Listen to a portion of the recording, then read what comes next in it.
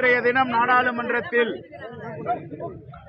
மும்மொழி கொள்கையை பற்றியும் PMC திட்டத்தை பற்றியும் கல்வித்துறை அமைச்சர் ஒன்றிய அமைச்சர் தர்மேந்திர பிரதான் அவர்கள் பேசும் பொழுது தமிழ்நாட்டை சார்ந்தவர்கள் அன்சிவிலைசேஷன் நாகரிகமற்றவர்கள் என்று சொல்லியிருக்கிறார். நம்முடைய நாடாளுமன்ற உறுப்பினர்கள் வெகுண்டெழுந்து இதை கண்டனத்தை பதிவு செய்திருக்கிறார்கள்.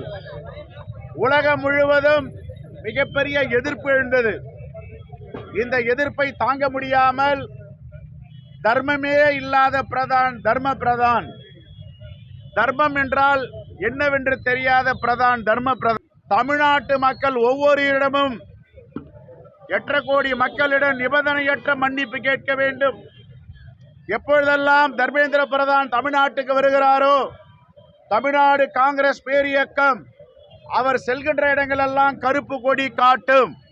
இது தமிழ்நாட்டு மக்களுடைய உரிமை பிரச்சனை, தமிழ்நாட்டு மக்களுடைய கௌரவ பிரச்சனை, தமிழ்நாட்டு மக்களுடைய மான பிரச்சனை. உலகத்திலே மூத்த குடி தமிழ் குடி என்று ஆதாரப்பூர்வமாக நிரூபிக்கப்பட்டிருக்கிறது. 3500 ஆண்டுகள் பெருமை வாழ்ந்த தமிழர்களை எப்படி இவர் நாகரிகமற்றவர்கள் என்று சொல்லலாம்? ஆனால் ஒரே ஒரு கேள்விதான் நாங்கள் கேட்கிறோம். இவ்வளவு நடந்த பிறகும் தமிழ்நாட்டில் ஒரு தேசிய கட்சி என்று சொல்லிக் கொள்ளுகிறார்கள். அது பேர் தான் பாஜக. தமிழ்நாட்டுக்கான கட்சியா, மகாராஷ்டிராவில் உள்ள நாக்பூருக்கான கட்சியா?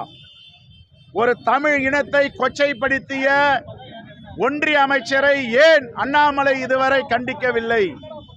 அப்பொழுது என்றால் தமிழ்நாட்டு மக்கள் எல்லாம் நாகரிகமற்றவர்கள் என்று பாஜக தலைவர்களும் அண்ணாமலையும் ஏற்றுக்கொள்ளுகிறார்களா?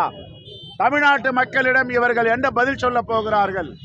அல்லது இதை நியாயப்படுத்த போகிறார்களா? இதுதான் காங்கிரஸ் பேரியக்கத்துடைய கேள்வி.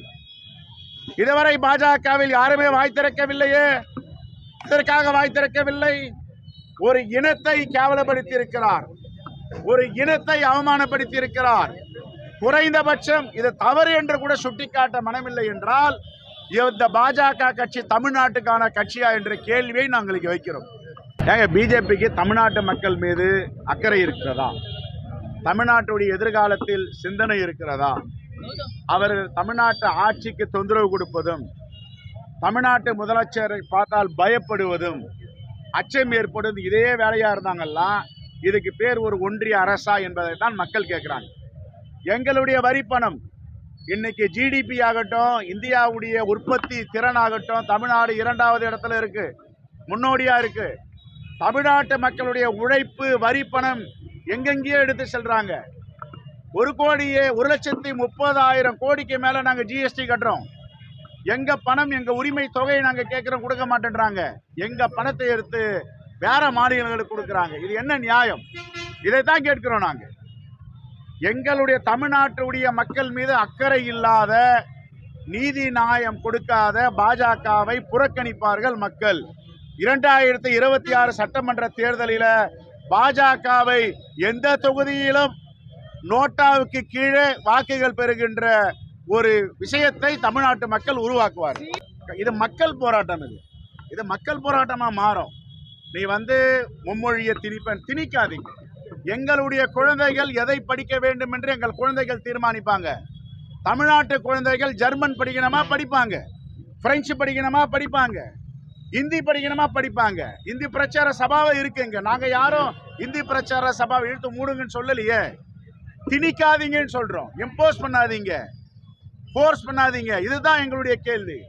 நீங்க எல்லாத்தையும் நாங்க என்ன சொல்றோமோ அந்த உணவை தான் சாப்பிடணும், நாங்க என்ன சொல்றோமோ அந்த உடையத்தான் அணியணும். எங்க குழந்தைகளுக்கு நீ யார் சொல்லிக் கொடுப்பதுன்னு தான் கேட்கிறோம்.